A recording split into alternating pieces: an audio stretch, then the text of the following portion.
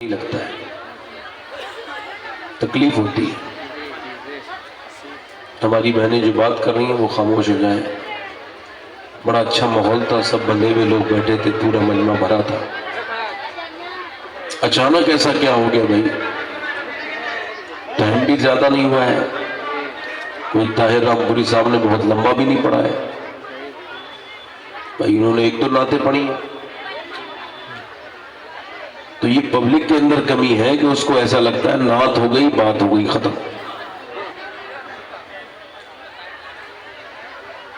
میں نعت شریف کا یا نعت پڑھنے والے کا مخالف نہیں، میں تو نعت پڑھنے والوں سے بڑی محبت کرتا ہوں۔ ہماری بہنیں جو بات کر رہی ہیں وہ بھی خاموش ہو جائیں۔ مجھے لگ ہی نہیں رہا یہ جلسہ ہو رہا ہے، لگ رہا ہے کوئی پنچات ہو رہی ہے۔ یہ ادھر جو باہر لڑکے کھڑے ہیں ان سب سے گزارش کرتا ہوں، کمیٹی والوں سے، کہ ایک ایک آدمی کو ہاتھ پکڑ کے محبت سے اندر بٹھا لو لا کے بھائی۔ تھوڑی دیر ہی بولوں گا میں، اس ماحول میں بہت زیادہ سختی، تکلیف ہوتی ہے اس طرح کی چیزیں دیکھ کے بھائی۔ کیا کریں، انسان ہے تو کہنا پڑتا ہے۔ بندہ اگر 2000 کلومیٹر کا سفر طے کر کے آئے اور اس کا جب اعلان ہونے سے پہلے آدھی پبلک چلی جائے تو وہ تقریر تھوڑی کرے گا، پھر تو وہ تیسری بات پہ روئے گا کہ یار یہاں کہاں آ گیا میں، یہ لوگ کن لوگوں میں آ گیا میں۔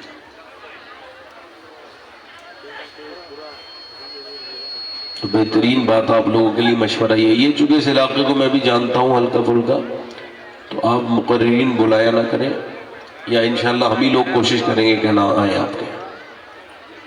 اللہ چاہے گا تو انشاءاللہ اللہ اپنا فضل کرے گا، چونکہ اس سے خالی یہ احساس ہوتا ہے، آپ لوگوں کو نہیں کہہ رہا ہوں، جو چلے گئے انہیں کہہ رہا ہوں، اس سے یہ احساس ہوتا ہے کہ جیسے یہ سارے جتنے بھی لوگ ہیں ان کو کوئی مطلب ہی نہیں ہے کسی اور دوسری بات سے۔ بس ان حضرات کو بس یہی مطلب تھا، انہوں نے ترنم 2-3 ادھر سنا، لا الہ اور جو نعت شریف سنی، بس ان کی طبیعت بڑھ گئی۔ اور یہ کمیٹی والوں نے بگاڑا ہے، یہ کمیٹی والے ہی بھاگ کے گئے سب سے پہلے ادھر، جیسی وہ بھاگے ہیں ویسی سارے لوگ بھاگ گئے، نہ جانے کیا ہو گیا پیچھے۔ اور کوئی بات بھی نہیں تھی، بس وہ یہی ہے کہ ابلیس یہ چاہتا ہے کہ اللہ اس کے رسول کا ذکر نہ ہو۔ ابلیس یہ چاہتا ہے کہ یہ نوجوان لڑکے جو اس پروگرام میں آ کر میلے میں بدنگاہی کر رہے ہیں، وہ یہ نہیں چاہتا کہ حضور کا ذکر سنیں۔ ابلیس یہ نہیں چاہتا یہ عورتیں جو بے حیا ہیں، بے پردہ ہیں، یہ کچھ باتیں سن کے حیادان نہ بن جائیں۔ ابلیس کو تکلیف اس بات کی ہے کہیں ایسا نہ ہو کہ ان میں سے کسی عورت کے سمجھ میں یہ نہ آ جائے کہ وہ بے پردہ، اس پہ لعنت برسائی جاتی ہے، اور اگر عورت پردے میں ہو تو اللہ کی رحمتیں اس کو پر کرتی ہیں۔ یہ جو اس کو حضور کی محفل کو جو بے ادبی کے ساتھ، بدتمیزی کے ساتھ دیکھ رہے ہو، پورا یہاں سے لے کے وہاں تک جا کے دیکھو، نوجوان لڑکے، اس میں خلط ملط لڑکیاں، عورتیں، یہ سب ناجائز حرام۔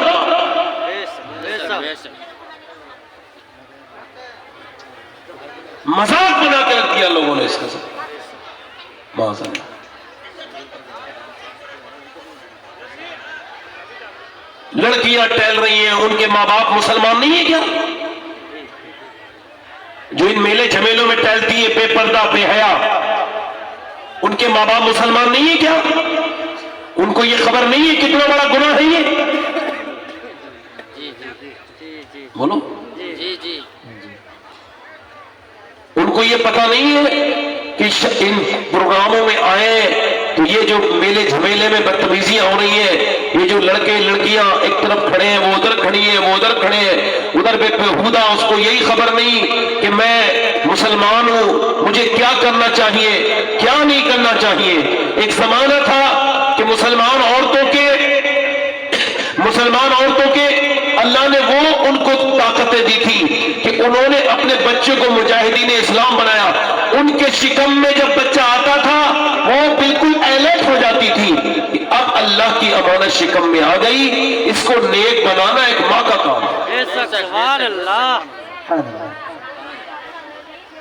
اتنا اچھا ماحول تھا، میری طبیعت بالکل، نور محمد بھائی کتنا اچھا ماحول تھا، پوری محفل بھری تھی، عورتیں کتنی بہتر ہیں میری بہنیں بیٹیاں، ان میں سے 10% بھی نہیں گئی، 1 2 5 6 کوئی عورت گئی ہوگی، باقی یہ نوجوان کتنے بے غیرت ہیں کہ انہوں نے یہی نہیں سوچا کہ ہم شور مچا کے حضور کی محفل برباد کر رہے ہیں، بے وجہ کا شور۔ تعلیم کی بڑی کمی ہے مسلمانوں میں۔ ہاں خیر، اللہ تعالیٰ آپ کو سلامت رکھے، میں بھی آپ کو کیوں ڈانٹ رہا ہوں، تو اس وجہ سے ڈانٹ رہا ہوں کہ میرا حق ہے تو ڈانٹ رہا ہوں۔ بھئی اذان پڑھنے والا تو اذان ہی پڑھے گا نا، کوئی نمازی پکڑ کے تھوڑی لائے گا۔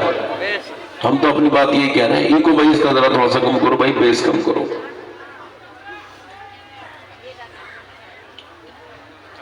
اب بیٹھ جاؤ، آپ لوگ بیٹھ جاؤ بیٹے، باہر ہے پیچھے بیٹھ جاؤ ماشاءاللہ۔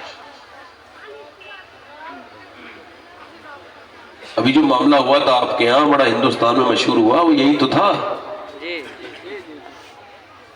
جیسی پبلک اٹھی ہے ویسی حضرت کو بہت تکلیف ہوئی اس کی، اور انہوں نے وہی بات کہی جو انہیں کہنی تھی، ہے نا؟ یہی بات تو ہوئی تھی، مگر میں آپ سے کوئی ایسی بات نہیں کروں گا جو میں انتشار کا باعث بنے، میں تو یہی کہوں گا اس میں شاعروں کی غلطی نہیں ہے، اس میں پبلک کی غلطی ہے۔ بھئی اگر انہوں نے 1 1.5 گھنٹہ پڑھا ہوتا تو چلو میں مان لیتا کہ بھی پیٹ بھر گیا، انہوں نے 2 3 نعت شریف پڑھی ہیں، اپنے جو مخصوص کلام ہے وہ تو پڑھے بھی نہیں، پھر بھی جو ایک دم یہ شیطان ادھر آیا ابلیس کوئی، اور اس نے آ کر کے پورے مجمع کو انتشار کی نظر کر دیا، معاذ اللہ، بڑی تکلیف ہوئی۔ اللہ تعالیٰ سب کو ہدایت دے، ذرا بولیے ذرا سبحان اللہ۔ چلو کوئی بات نہیں، جو نیک لوگ ہیں اچھے وہ بیٹھے ہیں۔ اچھا مجھے تو ضرورت ہی ان لوگوں کی ہے جو نہیں سننا چاہتے ہیں، سننا چاہتے ہیں وہ تو ہے ہی، جو نہیں سننا چاہتے ہیں وہ سنیں تو بڑی بات ہے۔ آج کے زمانے میں یہ کمیٹی والوں نے کتنا بہترین انتظام کیا ہے، چاروں طرف سے بند ہے، کوئی ہوا نہیں ہے، کوئی ماشاءاللہ سردی کا احساس نہیں ہے، پھر بھی نوجوان باہر کھڑے ہیں، دروازوں پر کھڑے ہیں، اللہ تعالیٰ ان کو ہدایت دے پروردگار۔ یہ ہمارے ماشاءاللہ ناظم صاحب ہیں، ابھی نئے نئے شروع ہوئے ہیں، تھوڑی زبان صاف نہیں ہے، اللہ تعالیٰ ان کو برکتیں عطا فرمائے، اور اللہ ان کو بھی اچھا رکھے، ہمارے طاہر بھائی کو بھی اچھا رکھے۔ طاہر بھائی سے مجھے بڑی محبت ہے، میں ان کا بڑا احترام کرتا ہوں، میں نے آپ سے کہا نا، میں ہر نعت خواں کا احترام کرتا ہوں، چونکہ جس کو اللہ نے نعت پڑھنے کے لیے چن لیا اس کا مرتبہ کوئی چھوٹا تو نہیں ہو سکتا، ہے نا بھئی؟ آپ ذرا غور کرو، یہ کوئی ایسی بات نہیں ہے جو کسی کے سمجھ میں نہیں آئے۔ اللہ نے آواز تو کوے کو بھی دی ہے اور آواز کوئل کو بھی دی ہے، کوے کی آواز گھر پہ آ کے بیٹھ جائے تو لوگ بھگا دیتے ہیں، بھگاؤ کوا بول رہا ہے، اور کوئل کی آواز مسافر ٹھہر کے سنتا ہے، وہی کوئل بول رہی ہے تھوڑی دیر، تو اب دونوں کو آوازیں دینے والا کون ہے؟ اب شاعر کو اچھی آواز دے کے پھر اس سے حضور کی نعت پڑھوانے والا کون ہے؟ اللہ ہے۔ اگر آج طاہر بھائی کی طبیعت خراب ہوتی یہ نعت پڑھ پاتے ہیں؟ تو ان کو توفیق کس نے دی؟ اور آپ کو سننے کی توفیق کس نے دی؟ اور یہ جو بندہ جا رہا ہے اس کو کون لے کے جا رہا ہے؟ اچھا نہیں پوچھ رہا ہوں، یہ رومال باندھ کے جا رہا ہے، دیکھو بڑا جیب میں ہاتھ ڈال ڈال کے، بالکل ہیرو کی طرح چل رہا ہے، ماشاءاللہ۔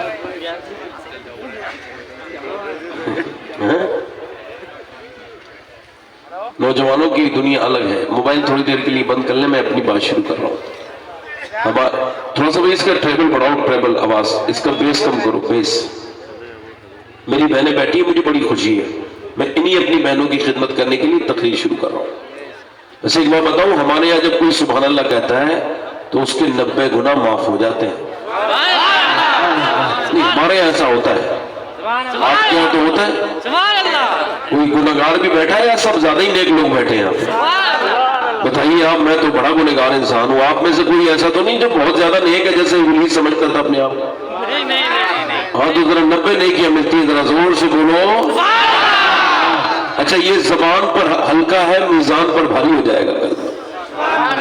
کبھی اٹھتے بیٹھتے چلتے پھرتے اللہ کا ذکر کیا کرو، اس کا ذکر۔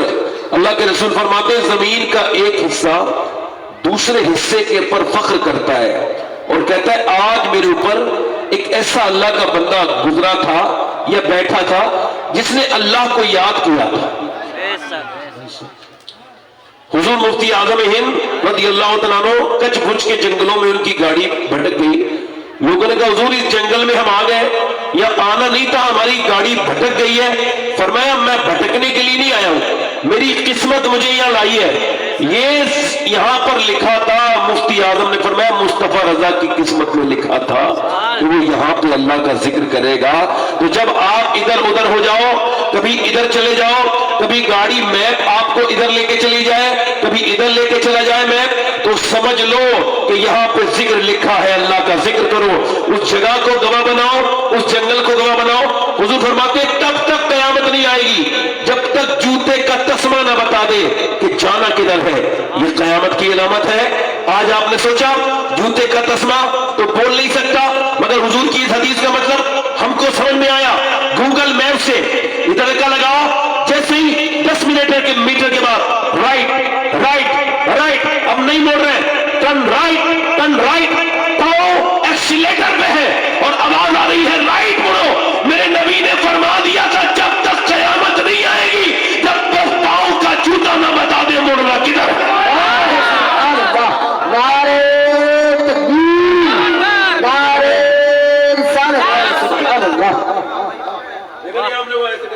دبانے وہ کہہ رہے لیفٹ مڑو۔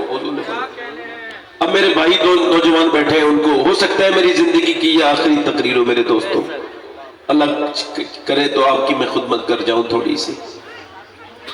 چونکہ ابھی 17 سال کا ایک حافظ جو حافظ بننے والا تھا، جمعے کی نماز کے لیے تیاری کر رہا تھا، اچانک بے ہوش ہو گیا۔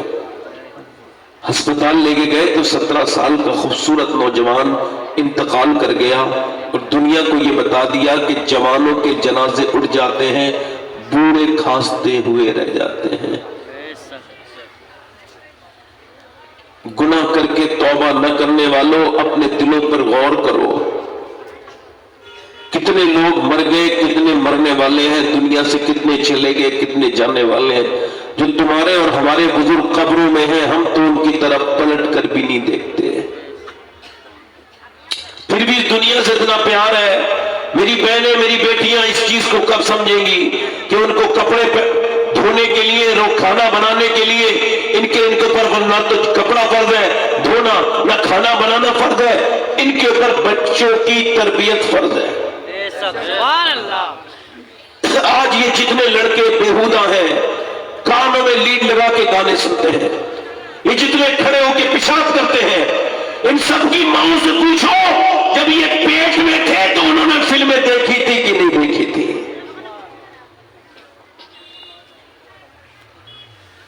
یہ جتنے نوجوان آج بربادی کی طرف جا رہے ہیں، ان کی ماؤں سے پوچھ لو کہ انہوں نے ان کی تربیت میں انصاف سے کام نہیں لیا۔ مائیں اور بیٹیاں جب تک شریف نہیں ہوں گی، جب تک بہنیں اور بیویاں شریف نہیں ہوں گی، تب تک کوئی انقلاب آ نہیں سکتا۔ تبدیلی کے لیے عورتوں کا بدلنا ضروری ہے۔ لاہور کے ایک اسکول میں اچھے نمبروں سے کوئی 150 سال پہلے یا 125 سال پہلے بچے اچھے نمبروں سے پاس ہو گئے۔ غریبوں کے بچے اچھے نمبروں سے پاس ہوتے ہیں، مالداروں کے بچے تو عیاشی میں بگاڑ دیتے ہیں معاملہ۔ اب جب پڑھنے کے لیے تعلیم تو وہ حاصل کر سکتے ہیں مگر پیسہ ان کے پاس۔ مینجمنٹ نے ان 5 بچوں سے کہا کیا بننا چاہتے ہو، اپنا فیوچر پلان بتاؤ، اپنے خواب بتاؤ، ہم پڑھائیں گے۔ ذمہ لیتی ہے کمیٹی ان کو پڑھانے کا۔ بولو کیا بننا چاہتے ہو؟ ایک بچہ بولا میں ڈاکٹر بننا چاہتا ہوں، ایک نے کہا میں انجینئر بننا چاہتا ہوں، ایک نے کہا میں پولیس میں جانا چاہتا ہوں، ایک سے کہا وہ چوتھا بولا مجھے فوج میں جانا ہے۔ 5واں بچہ جو سب سے ذہین تھا، سب سے خوبصورت بھی تھا، سب سے چھوٹا بھی تھا، ماسٹر نے اسے پوچھا بیٹے تم کیا بننا چاہتے ہو؟ رونے لگا، کہا بیٹے ہمیں پتہ ہے تمہارے ماں باپ غریب ہیں مگر ہم تمہیں پڑھائیں گے, تم جو بھی بننا چاہتے ہو تم کھل کے بتاؤ, اپنا خواب بتاؤ. بچے کے سے سر پہ ہاتھ رکھا, بچے سے پوچھا بولو کیا بننا چاہتے ہو؟ بولا میں صحابی رسول بننا چاہتا ہوں. کہا صحابی رسول؟ صحابی تو وہ ہوتا ہے جو حضور کے زمانے میں پیدا ہو, ایمان لائے میری بہنیں کہ اور کرے, ایمان لائے ایمان پہ مر جائے. تجھے خبر نہیں کہ نہیں, مگر مجھے یہ بات پتہ ہے کہ اور میرے محلے کی عورتیں پنجابی لوریاں سناتی ہیں اپنے بچوں کو, جب سناتی ہیں تو گانے سناتی ہیں, ان کو لوریاں سناتی ہیں, مگر میری ماں کبھی مجھے گانا نہیں سناتی, لوری نہیں سناتی. میری ماں مجھ کو کسی رات میں ابو بکر صدیق کی بات بتاتی ہے, کسی میں عمر فاروق اعظم کی بات بتاتی ہے, کسی میں عثمان غنی کی بات بتاتی ہے, کسی میں علی کی بات بتاتی ہے. میری ماں بتاتی ہے کہ بلال حبشی کے سینے پہ جب پتھر رکھا گیا تھا تو بلال یہی کہتے تھے جان جا سکتی ہے مگر نبی کا دامن نہیں چھوڑوں گا. وہ کہنے لگا میری ماں یہ بھی کہتی ہے ماسٹر صاحب کہ صحابی وہ ہوتا ہے جس سے حضور پیار کرے, سرکار پیار کرے. بچہ رو کے بولا مجھے ایسے ہی بنا دے جس سے میرے مدینے والے سرکار پیار کرے. اللہ اکبر.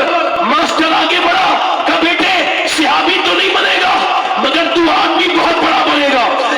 وہی جب لڑکا بچہ بڑا ہوا اس کا نام ڈاکٹر محمد اقبال تھا. اسی نے کہا تھا کہ محمد سے وفا تو نے تو ہم تیرے ہیں, یہ جہاں چیز ہے کیا نہ ہو قلم تیرے.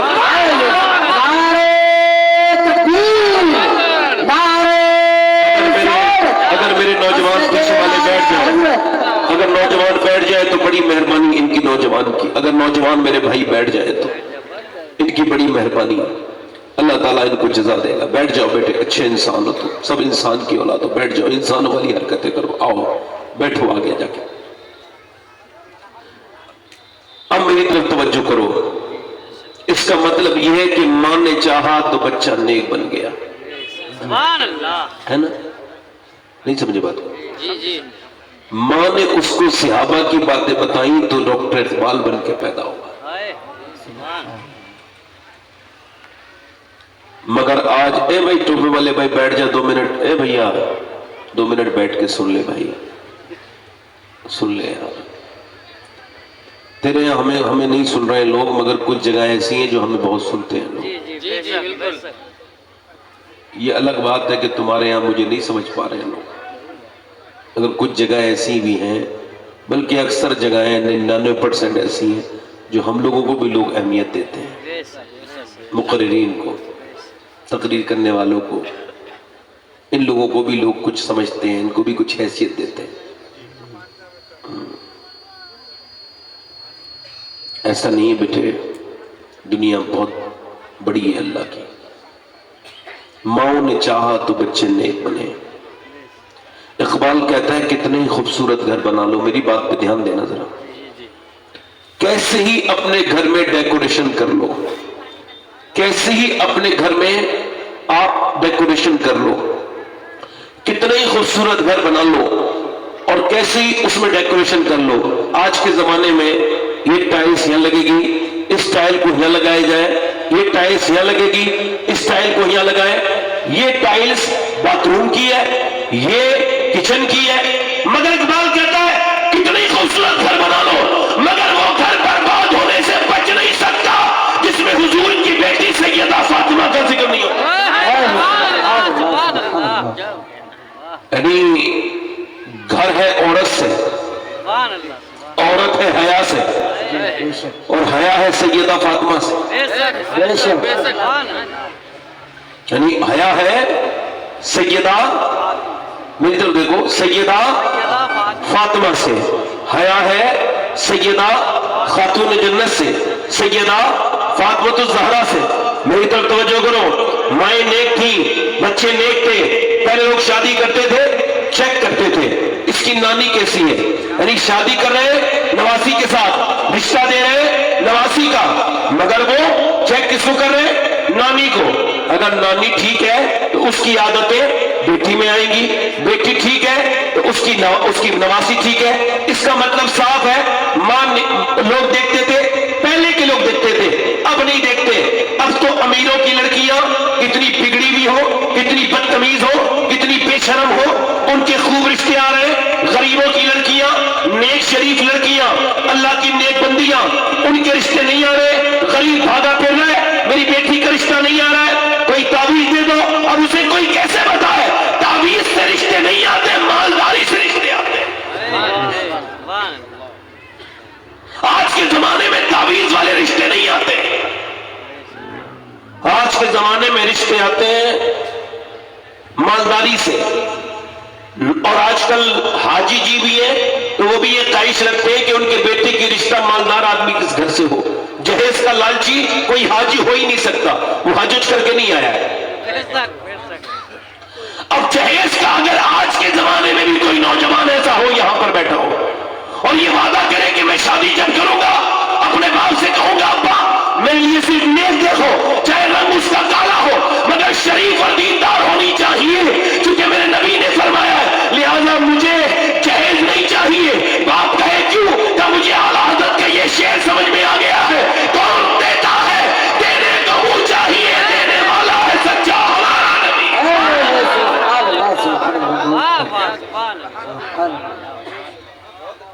اگر وہ ایسے شادی کر لے مگر اب نہیں دیکھتا کوئی، نہ نانی دیکھتے ہیں، ارے نانی تو بڑی بات ہے، ماں کو بھی نہیں دیکھتے، نہ کسی کو دیکھتے ہیں۔ پہلے لوگ کہتے تھے رشتہ کرنے سے پہلے نانی دیکھو، اور اسلام بھی کہتا ہے نانی ضرور دیکھو۔ نانی دیکھنی ہے تو مکے کی خدیجہ الکبریٰ دیکھو، اگر بیٹی دیکھنی ہے تو مدینے کی فاطمہ الزہرا دیکھو، پھر نواسی دیکھنی ہے تو کربلا کی زینب کبریٰ دیکھو۔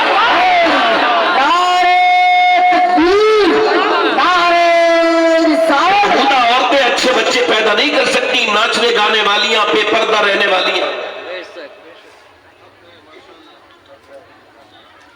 ایک شریف خاندان میں شریف بچے پیدا ہوتے ہیں، بگڑے ہوئے لوگوں میں بگڑے ہوئے بچے پیدا ہوتے ہیں۔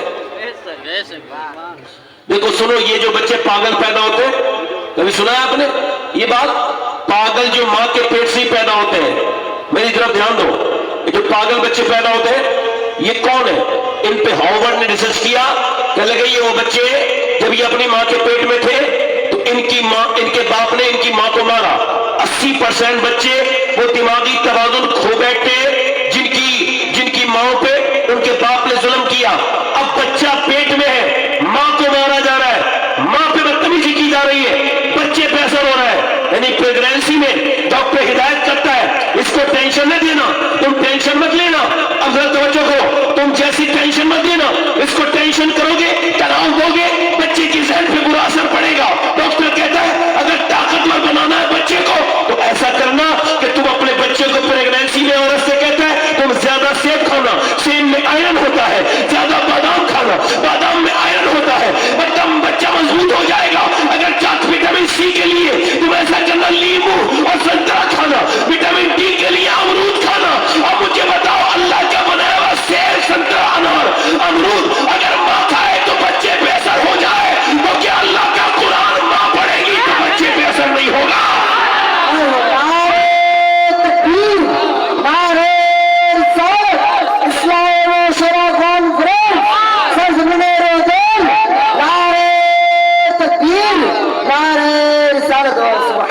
ایکو بھائی کم کر کے، میں آپ سے کہہ رہا ہوں مائک والے بھائی تھوڑا ایکو کم کر کے اس کا آواز بڑھا دو، تھوڑا سا اس کا گونج کم کرو، گونج آواز ذرا میری سادہ کرو ہلکے سے۔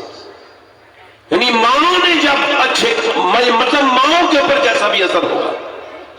اعلیٰ حضرت فرماتے ہیں جب عورت اپنے بچے کو دودھ پلاتی ہے، دودھ پلاتے پلاتے وہ درود بھی پڑھتے ہیں نبی پہ، اللہ اس کے بچے کو عاشق رسول بنا دے۔ سبحان اللہ۔ مولانا، مفتی، عالم، قاری اپنے ماں باپ کے فرمانبردار ہوتے ہیں۔ 99% ہوتے نہیں ہوتے ہیں؟ بولو ارے ہوتے کہ نہیں ہوتے؟ آپ لوگ بولو ہوتے کہ نہیں ہوتے؟ میری بہنیں بھی سن لیں، آپ بھی سن لیں، کیوں ہوتے ہیں؟ امام غزالی فرماتے ہیں اس وجہ سے کہ جب بچہ پیٹ میں ہو، اور فرماتے ہیں جب وہ پیدا ہو اور بچہ جب بولنے والا ہو اور بولنا شروع کرے تو تم تجربہ کرنا اور اس سے کہنا اللہ اللہ اللہ اللہ۔ بچہ بولنا سیکھ رہا ہے، آپ اس سے کہہ رہے ہیں کہو بیٹے اللہ اللہ اللہ اللہ اللہ، وہ کہہ رہا ہے ابا ابا ابا ابا، اب آپ کہہ رہے ہیں اللہ اللہ, بچہ کہہ رہا ہے ابا ابا. امام غزالی کہتے ہیں وہ کہتا تھوڑی ہے, اس سے اللہ کہلواتا ہے. دیکھ تو نے اسے میرا نام سکھایا ہے, میں نے اسے تیرا نام سکھا دیا. سبحان اللہ. واہ بھائی. اب تمہارے بچے انگلش پڑھ رہے ہیں, ناچ گانا سیکھ رہے ہیں, تمہاری بچیاں ناچ گانا سیکھ رہی ہیں, تو نیک بربادی ہوں گے ہم, بربادی آئے گی ہمارے پاس. پہلے کی ایک عورت آ کے پورے علاقے کو بدل دیتی تھی اگر نیک ہوتی تھی تو. سبحان اللہ. پہلے جتنے مرد نیک تھے اتنی عورتیں نیک تھیں. اب تو عورتوں کو بھی ریڈی میڈ دین چاہیے, بالکل کوئی تعویذ کر کے دے دو, کوئی ریڈی میڈ کام میں عبادت نہیں کرے گی, قرآن نہیں پڑھے گی بالکل بھی, اس کو چاہیے ریڈی میڈ دین. غیر منقسم ہندوستان میں ایک چودھری تھے, ان کا نام تھا بازیر. ان کے 2 بیویاں تھی, 1000 بیگھہ زمین تھی, 100 نوکر تھے, مالدار آدمی تھا. اس نے تیسری شادی کر لی, تیسری بیوی اسے نیک مل گئی. کبھی کبھی بیوی نیک بھی مل جاتی ہے, ان کو تیسری ٹھیک ملی ہے. سبحان اللہ. اچھا ٹھیک کیوں ہے؟ چونکہ وہ نماز کی پابند ہے. سبحان اللہ.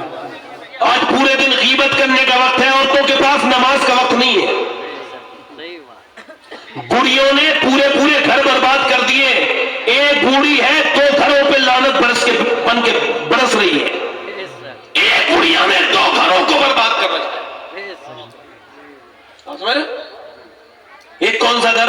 ایک تو لڑکی کا گھر جہاں شادی ہو کے گئی ہے, لڑکی اسے ٹیلی فون پہ پریشان کرتی ہے, تو نے کیا پکایا, تیرے گھر کیا ہوا ہے, ارے تو کیا کھانے جائے گی بوڑھی خوسٹ, تجھے کیا مطلب ہے, اس کی زندگی اسے جینے دے. مگر اس کی زندگی میں زہر اس نے گھولا. ادھر لڑکے کی بہو کے بھی لڑکے کے کان بھرتی ہے, تیری بیوی ایسی, تیری بیوی ایسی. حضور فرماتے ہیں, دھیان سے سنو, مرنے والی بڑھیا اگر کوئی ایسی ہو یہاں پہ توبہ کر کے اٹھے.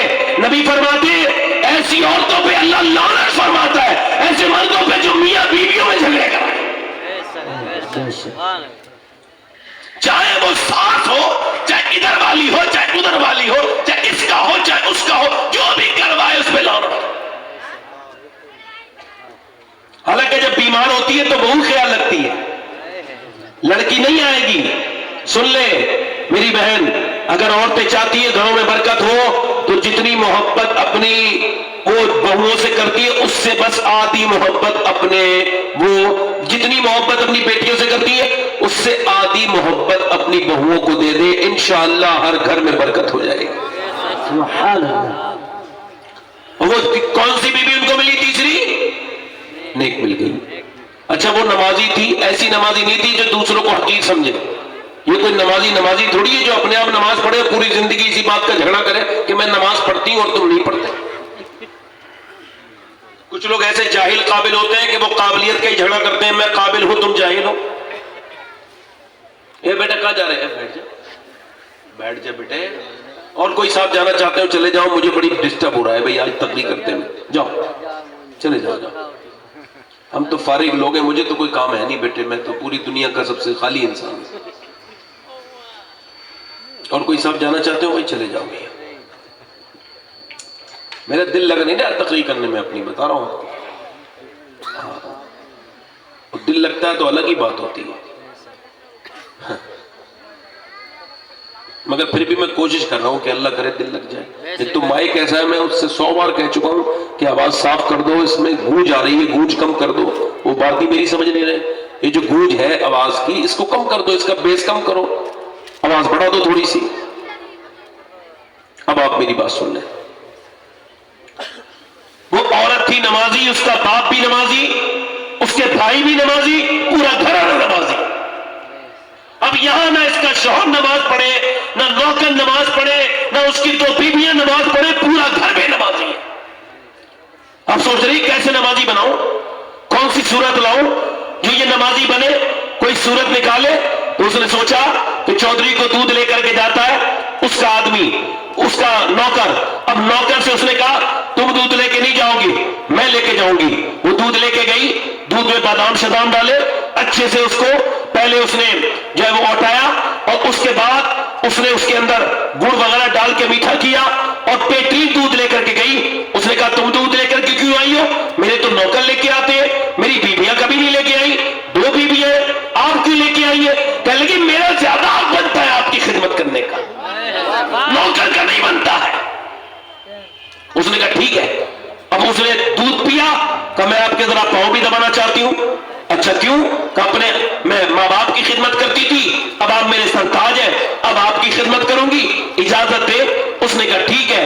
پاؤں دبانے لگی, دبانا بھی جانتی تھی. کچھ لوگ دباتے ہیں اور درد کر دیتے ہیں, اس کو پوائنٹ پتا تھے. اس نے جو اس کے حساس جگہ تھی دبانے کی ٹانگوں کی, اس نے دبایا. اب جیسے ہی اس نے اس کو دبایا, اس کو ریلیکس ہوا, وہ نیند کی وجہ سے سونے لگا. جیسے ہی وہ سویا, اس نے کہا چودھری صاحب آپ کو خراٹے شروع ہو گئے اور میں بھی جا رہی ہوں, اگر اجازت دو تو صبح فجر کی نماز میں اٹھا دوں. اب ایک تو مرد اور دوسرا چودھری, اور دو اندر اس کے اندر گھمنڈ کی علامت ہے. مرد تو اکثر گھمنڈی ہوتے ہی ہیں, 100 کلومیٹر کا سفر کر کے آئے گا, گھر میں آ کے بیٹھ کے کہے گا پانی لا دو. ارے تو اتنا لمبا سفر کر لیا تو 2 قدم پہ پانی تھا, وہ بھی اٹھ کے پی لیتا. مگر دادا گیری جہاں چلتی ہے وہاں چلاتا ضرور ہے آدمی. حضور نے فرمایا تم میں بہتر وہ ہے جو اپنی بیوی کے لیے بہتر ہے, گھر والوں کے لیے بہتر ہے.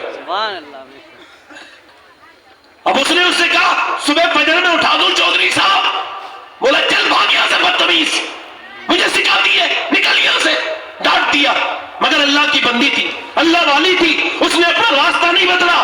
اس نے اس کو گالیاں دی, وہ چلی گئی اپنا گلاس اٹھا کے پلیٹ لے کے. مگر دوسرے دن بھی آئی اور بولی چودھری صاحب لیجئے دودھ پیجئے, راستہ نہیں بدلا.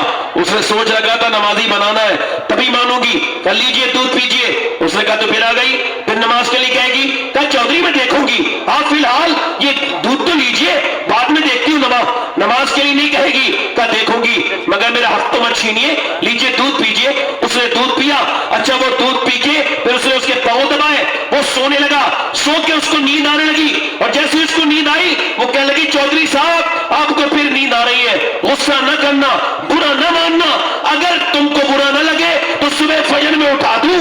ابھی پورے لفظ نہیں نکلے ہیں کہ ایک زور سے جناٹے دار ہاتھ لات ماری, اوپر سے نیچے گری عورت. جیسے نیچے گری ہے پتھر پہ اچانک منہ لگا. اس نے ایک اللہ کی نیک بندی کا منہ پھٹ گیا اور منہ سے خون نکلنے لگا, آنکھوں سے آنسو نکلنے لگے.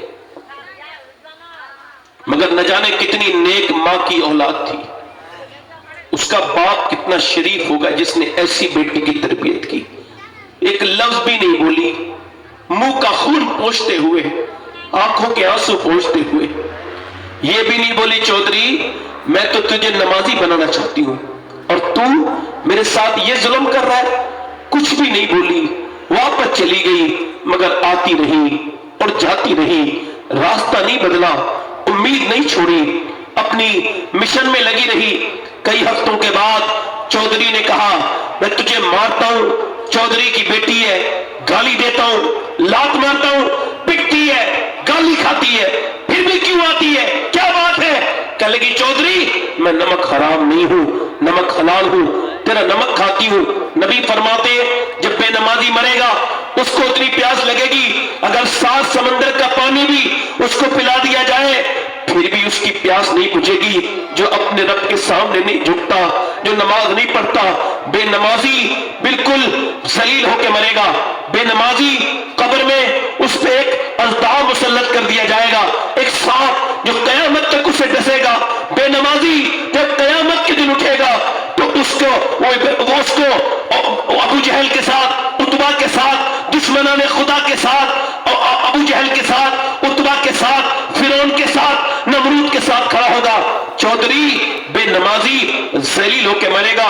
مجھے اور کوئی لالچ نہیں ہے, میں تو اس وجہ سے تیری گالیاں کھاتی ہوں کہ میرے بچے نمازی بنے. تو جیسا ہوگا ویسے میرے بچے ہوں گے. چودھری مجھے اور کوئی بات نہیں ہے, بس تجھ سے پٹتی ہوں, یہی وجہ ہے کہ آتی ہوں, اور کوئی مسئلہ نہیں ہے. چودھری نے اس کی طرف دیکھا, تھوڑا دل میں رحم آیا, بولا صبح کو تو مجھے مت اٹھانا بلکہ میں تجھے فجر میں اٹھاؤں گا. صبح کو چودھری نے اٹھایا. چودھری نے جب وضو کیا, عورت نے بھی وضو کیا, جب سجدے میں گئے عورت تھی مومنہ, اپنے رب سے لو لگا کے جب آدمی سجدے میں گیا تو وہ بھی سجدے میں جا کے پھوٹ کے روئی، کہنے لگی مالک میں کمزور ہوں، انسان ہوں، مجھ سے یہ بدل نہیں سکتا ہے، اس کو یہاں تک لانا تجھے پتا ہے، تو بہترین قدردان ہے، میں کتنی پٹی ہوں، کتنی گالیاں کھائی ہیں، میں نے کتنی تکلیفیں اٹھائی ہیں، تب یہ یہاں تک آیا ہے۔ اے میرے مالک اسے یہاں تک لانا میرا کام تھا، اس کا دل بدل دینا تیرا کام ہے۔ اے میرے کریم، میرے رحیم، میرے آدمی کے دل کو بدل دے۔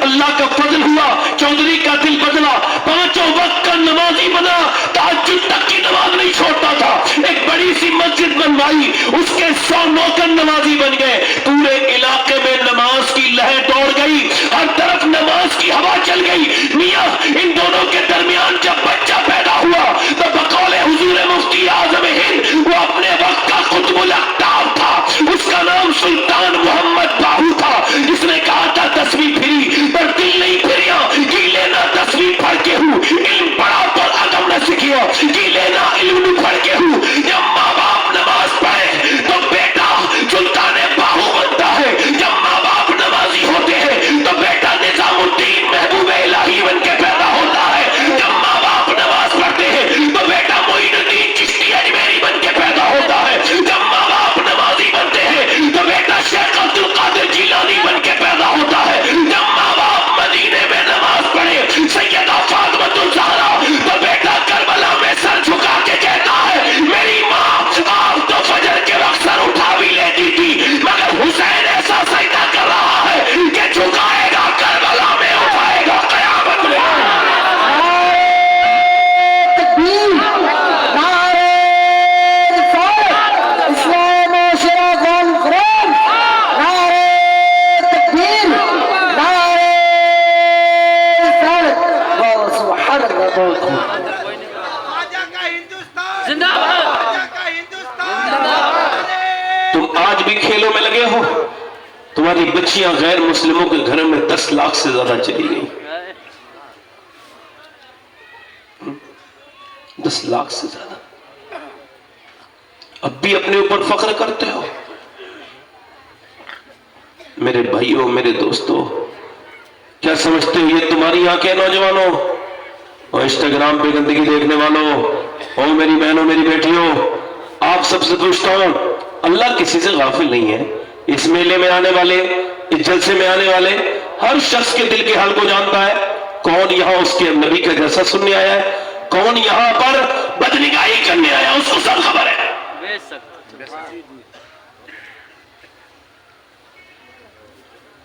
وہ رات میں سجدہ کرنے والی کو بھی دیکھ رہا ہے اور رات میں موبائل پہ ویڈیو کال کرنے والی کو بھی دیکھ رہا ہے۔ بے شک، وہ رات میں انسٹاگرام پہ گندی ویڈیو اور گندے فوٹو دیکھ کر سو جانے والے کو بھی دیکھ رہا ہے، اور رات میں وہ مصلے پہ رو کے سو جانے والے نوجوان کو بھی دیکھ رہا ہے۔ سبحان اللہ، سبحان اللہ۔ تمہاری رات بھی امتحان تھا، تمہارا دن بھی امتحان تھا، تمہیں امتحان کے لیے دنیا میں بھیجا تھا اللہ نے۔ تم نے کبھی اس بات کو سوچا ہے ہم آپ کیوں پیدا ہوئے؟ امتحان کے لیے۔ بے شک، یہ آنکھیں تمہاری ہیں نہیں، یہ آنکھیں تمہاری نہیں ہیں۔ راتوں کو فلمیں ڈرامے دیکھنے والوں، یہ آنکھیں تمہاری نہیں ہیں۔ کس کی آنکھیں ہیں؟ اللہ کی امانت ہے۔ قیامت کے دن کیا کہیں گی؟ بولو کیا کرو گے نوجوانوں؟ سوچو تو، اگر تمہارے باپ کو پتہ چل جائے کہ تم نے موبائل میں زندگی میں کیا کیا دیکھا ہے تو کیا سوچے گا وہ تمہارے بارے میں؟ تمہارے اوپر کیا گزرے گی؟ تم باپ سے بھی چھپانا چاہتے ہو اپنے موبائل کا لوگ، تم بھائیوں سے بھی چھپانا چاہتے ہو، تم کسی کو نہیں دکھانا چاہتے۔ بتاؤ اس رب سے جو تمہارا کچھ بھی نہیں چھپ رہا ہے، تم جو دیکھ رہے ہو، اللہ کے رسول فرماتے ہیں یہ آنکھیں شکایت کریں گی، کیا اے مالک تو نے دیا تو تھا اس وجہ سے کہ تیرا دیدار کرے۔ یہ آنکھیں کیوں بنی ہیں؟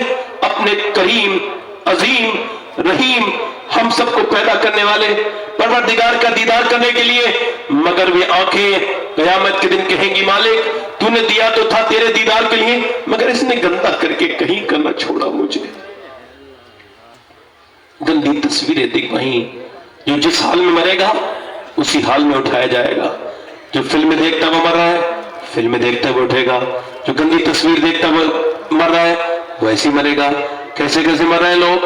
ادھر دیکھو، ابھی یہ پرسوں کی خبر ہے، 3 لڑکے گاڑی چلا رہے ہیں، ایک لڑکا گاڑی چلا رہا ہے تیزی کے ساتھ، 120 کی رفتار میں گاڑی ہے، تیزی کے ساتھ اس کے اندر گانا بج رہا ہے، ایک عورت ناچ رہی ہے، کپڑے اس کے پاس نہیں ہے، بس آدھے آدھے کپڑے پہنے ہوئی ہے، اس کا جسم ظاہر ہے، گانے دیکھ دیکھ کے وہ خوب عیش کر رہے ہیں، صبح 4 بجے کا وقت ہے، اچانک گاڑی ڈس بیلنس ہوئی، چاروں آن دا اسپاٹ مر گئے، وہی مر گئے، 4 لاشیں، 4 مائیں شام تک روتی رہی، ہمارے بچوں کی لاشیں کیوں نہیں آئی؟ ابھی تک کیوں نہیں آ رہی؟ مائیں تھک گئی روتے روتے، بہنیں تھک گئی روتے روتے، کیوں نہیں آئی؟ کہا اس وجہ سے نہیں آئی تیری لاشیں بیٹی کی کہ آج پوسٹ مارٹم ہاؤس پہ بڑی بھیڑ ہے، لاشیں زیادہ آ گئی ہیں، لائن میں لگی ہیں وہ عورتیں جنہوں نے خودکشی کی ہے، وہ خودکشی کرنے والی لڑکیاں بھی پوسٹ مارٹم ہاؤس کے باہر لائن میں لگی ہیں، وہ نوجوان جنہیں 10 منٹ کی لائن پسند نہیں تھی وہ پوری رات کی لائن میں لگے رہے، پورے دن ان کی لاشیں لائن میں لگی رہی، ناک میں منہ میں مکھیاں چلتی رہی، اور پھر صبح کو چیرنے کا پروسیس ہوا، پہلے چھینی ہتھوڑی سے چیرتے تھے پوسٹ مارٹم ہاؤس والے، اب ان کے پاس گلنڈر ہے، پہلے یہ اتارتے ہیں پوری سر کی، اس کے بعد پورا سر پھاڑتے ہیں، کاٹتے ہیں، پھر یہاں سے چل سے پورا پھاڑ دیتے ہیں، بغیر کپڑوں کے آدمی پڑا ہے، بغیر کپڑوں کی عورت پڑی ہے، پھاڑ دیا پورا، اور پھاڑنے کے بعد پھر اس کے بعد جو بھی آرگن نکالنے ہوتے ہیں وہ سب نکال رہے ہیں، اور نکال کے اللہ اکبر، پھر موٹے سے ایک سوئی سے اس کو سیتے ہیں، ایسے کر کے میں نے 2018 میں 2 سگے بھائیوں کی اپنے پڑوسی کی لاشوں کو غسل دیا تھا، ایک کی 17 سال عمر تھی، ایک کی 19 سال عمر تھی، ایک کی ماں کے بیٹے تھے، مجھے ان کا جسم آج بھی یاد آتا ہے، پورا کہیں کہیں سے موٹی موٹی پلاسٹک سے سلا ہوا تھا، ایسے کر کے اللہ کے رسول فرماتے ہیں کہ جب مردے کا ہاتھ پکڑتا ہے غسل دینے والا، یار کیا عجیب بات ہے، یہ جو تقریر کر رہا ہے ایک دن یہ بھی تخت غسل پہ پڑا ہوگا، اور فخر کرنے والے اپنی زندگی میں سوچ تو وہ وقت کتنا قریب ہے تیرا اور میرا کہ تو اور میں غسل کے تختے پہ دوسرے کے اوپر محتاج پڑا ہوگا، مجھے بھی غسل دیا جائے گا، آپ کو بھی۔ نبی فرماتے جب ہاتھ پکڑتا ہے غسل دینے والا کہتا ہے آرام سے اٹھا، تیرے اٹھانے سے بڑی تکلیف ہوتی ہے، مجھے بتاؤ ہاتھ اٹھانے سے تکلیف ہو، جب جنازے کو لے کے چلے مردہ کہتا ہے آرام سے لے کے چلو، تمہارے پیروں کی دمک سے مجھے تکلیف ہوتی ہے، تو پوسٹ مارٹم میں کتنی تکلیف ہوتی ہوگی۔ ہم تو سفر میں رہتے ہیں، دعا کرتے ہیں مولا ایمان پر میرے مالک بغیر پوسٹ مارٹم والی موت مدینے میں عطا کرنا، میرے کریم موت عطا کرنا، تو نیک ایمان والی موت دینا، یہ زندگی اتنی مختصر ہے، تم نے اس زندگی سے کیا سمجھ لیا ہے؟ میری بہنوں میری بیٹی ہو، تم نے کبھی صحابیات کی زندگی نہیں دیکھی، نیک عورتوں کی زندگی نہیں دیکھی، یا نوجوانوں تم نے صحابہ کی زندگی نہیں پڑھی، تم نے اپنے اولیاء کرام کی زندگی، کتنا ڈرتے تھے وہ قبر سے، تنہائی سے، موت سے، مگر ہم نے اپنی زندگیاں برباد کر لی، ہماری تنہائیاں برباد ہیں، کہیں کا نہیں بچا اس امت کا نوجوان، اس کو سوشل میڈیا نے کھا لیا، اس کو اس یہودی میڈیا نے برباد کر دیا، اس کو بہنہ لڑکیوں کی تصویروں نے اس کی تنہائیاں برباد کر دی، اب کہاں سے آئے کہاں سے نکلے کوئی نوجوان نیک، سب تو بربادی کی طرف جا رہے ہیں، سب کو تو اس موبائل نے برباد کر دیا، کر کے رکھ دیا۔ میری طرف دیکھو میرے بھائیوں، میں آپ سے کہہ رہا ہوں، ایک صحابیہ دعا کر رہی ہے اللہ میرے نبی جنگ جیت جائیں، حضور کا دور ہے، سبحان اللہ بولو، سبحان اللہ، اللہ میرے نبی جنگ جیت جائے، دعا کر رہی ہے یا اللہ میرے نبی جنگ جیت جائے، اس کا باپ بھی جنگ میں ہے، بھائی بھی ہے، مگر یہ دعا نہیں کر رہی میرا باپ بھائی بچ جائے، بلکہ دعا یہ کر رہی ہے یا اللہ نبی جنگ جیت جائے۔ سبحان اللہ، کسی نے آ کر کے کہا حضور تو جنگ جیت گئے مگر تیرا باپ شہید ہو گیا۔ باپ کی موت کوئی عام موت نہیں ہے، میں نے آج سے 25 سال پہلے اپنے باپ کی موت کی خبر سنی تھی، آج تک اس کا درد ویسے ہی محسوس کر رہا ہوں اپنے سینے پر، اور میں گارنٹی کے ساتھ کہہ رہا ہوں کوئی بھی باپ کے جیتے جی باپ کو سمجھ ہی نہیں سکتا، جب چھت ٹوٹ جاتی ہے تب پتہ چلتا ہے کہ برسات میں کیسے گزرتا ہے وقت، ایسے ہی جب تک باپ ہوتا ہے اس کو جیتے جی مار دیتے ہیں لوگ، اس کو تکلیف دیتے ہیں، اس کا دل دکھاتے ہیں، اس کو تکلیفیں دیتے ہیں، مرنے کے بعد پھر اس کے ساتھ ڈرامہ کرتے ہیں، ڈرامائی انداز میں۔ میں کہتا ہوں جس کے ماں باپ زندہ ہیں ان سے گزارش کرتا ہوں ماں باپ کی خدمت کر لو. دیکھو آپ یہ کہو گے مولانا نور محمد صاحب یہ عاشق رسول نہیں ہے, آپ کے ایمان پہ کوئی فرق نہیں پڑے گا. آپ کہیں گے یہ طاہر رضا رام پوری صاحب عاشق رسول نہیں ہے, آپ کے ایمان پہ کوئی فرق نہیں پڑے گا. آپ کہو گے شباب حسین جو تقریر کر رہا ہے عاشق رسول نہیں ہے, مگر آپ کے ایمان پہ کوئی فرق نہیں پڑے گا. مگر اگر آپ نے سوچ بھی لیا میں جس کا نام لے رہا ہوں کہ وہ عاشق رسول نہیں ہے تو آپ کے ایمان پہ فرق پڑے گا, کیونکہ نبی نے فرمایا اویس قرنی میرا عاشق ہے. سبحان اللہ سبحان اللہ زور سے بولو. سبحان اللہ. حضور کو کبھی اس نے نہیں دیکھا کبھی حضور کو دیکھا, کبھی دیکھا حضور کو نہیں ہے. نہیں ہے. جب کوئی مدینے سے آتا ہے ہم پوچھتے ہیں گنبد خضرا کیسا ہے, حضور کا دالان کیسا ہے, مدینے کی گلیاں کیسی ہے, مگر وہ پورے دن بکری چراتے تھے. ماں پیرالائسس تھی, فالج میں تھی, ماں کا کوئی خیال رکھنے والا نہیں تھا. جب کوئی آتا تھا مدینے سے تو اویس یہ نہیں پوچھتے تھے مدینہ کیسا ہے, اویس پوچھتے تھے مدینے والا کیسا ہے. سبحان اللہ. اویس پوچھتے تھے حضور کی آنکھیں کیسی ہیں, اویس پوچھتے تھے حضور کی زلفیں کیسی ہیں, اویس پوچھتے تھے حضور چلتے کیسے ہیں, اویس پوچھتے تھے حضور کے ہونٹ کیسے ہیں. جس اللہ اکبر پتلی پتلی گلے کس کی پتیاں ان لبوں کی نزاکت پہ اویس پوچھتے تھے بتاؤ نا کیسے ہیں میرے نبی. ماں دیکھتی تھی میرا بیٹا سنتا ہے, پوچھتا ہے, روتا ہے, ماں فالج زدہ ہے, کہنے لگی میرے بیٹے, میرے لاڈلے, میرے لال اویس کیا تو حضور کو سے بہت محبت کرتا ہے. اویس رونے لگے.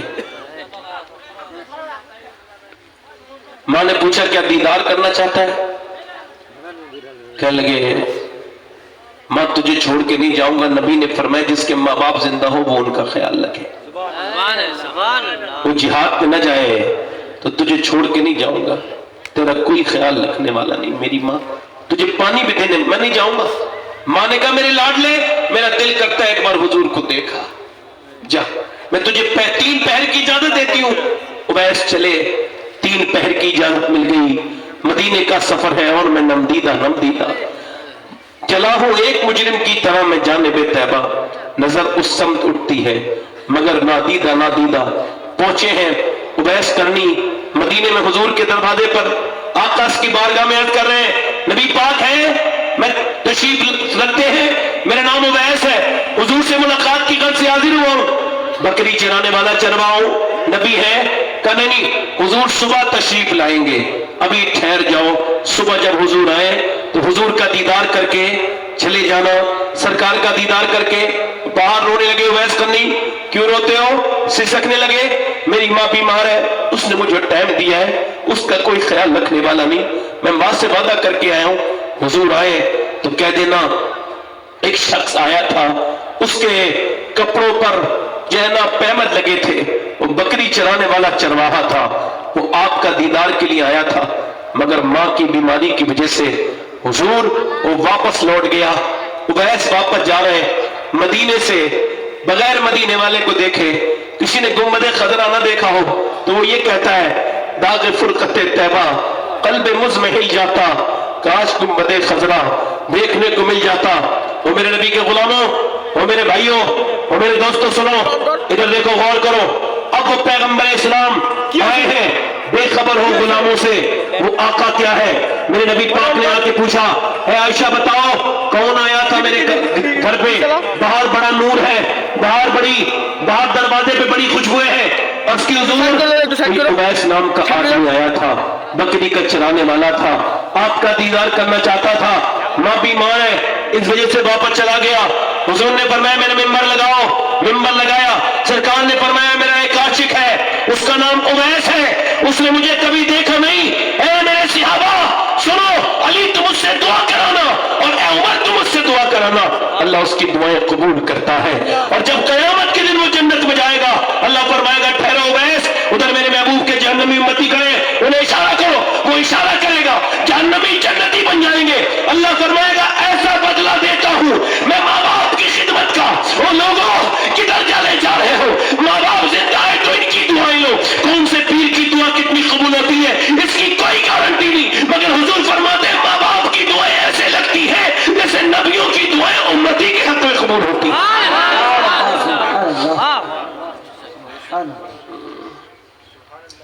اگر ماں باپ گھر میں بیٹھے ہو نا تو گھر بڑا خوبصورت لگتا ہے، چاہے وہ ٹوٹا ہوا ہو، چاہے اس میں کوئی خوبصورتی نہ ہو، مگر ماں باپ نہ ہونا تو گھر کاٹنے کو دوڑتا ہے۔ ماں کی دعائیں اگر مل جائیں تو ساری بلائیں ٹل جاتی ہیں۔ کتنے خوش نصیب ہیں وہ لوگ جن کے ماں بھی ہیں اور باپ بھی ہیں۔ ماں باپ کے بغیر کیا زندگی ہے؟ مرنے کے بعد اس کی قبر کی مٹی سے رو گے تو کیا رونا ہے؟ ماں باپ کے ہاتھ پاؤں دبایا کرو، کبھی باپ سے خدمت۔ باپ اس دن ہی مرتا ہے جس دن اس کی موت آتی ہے، باپ تو اس دن مر جاتا ہے جس دن بیٹا اس سے تیز آواز سے بولتا ہے، اس کی بے عزتی کرتا ہے۔ باپ ایک بار چلا جائے تو ملتا کوئی نہیں۔ ابھی کچھ دنوں پہلے بھاگلپور کے ایک جلسے میں ایک مولانا کے صافہ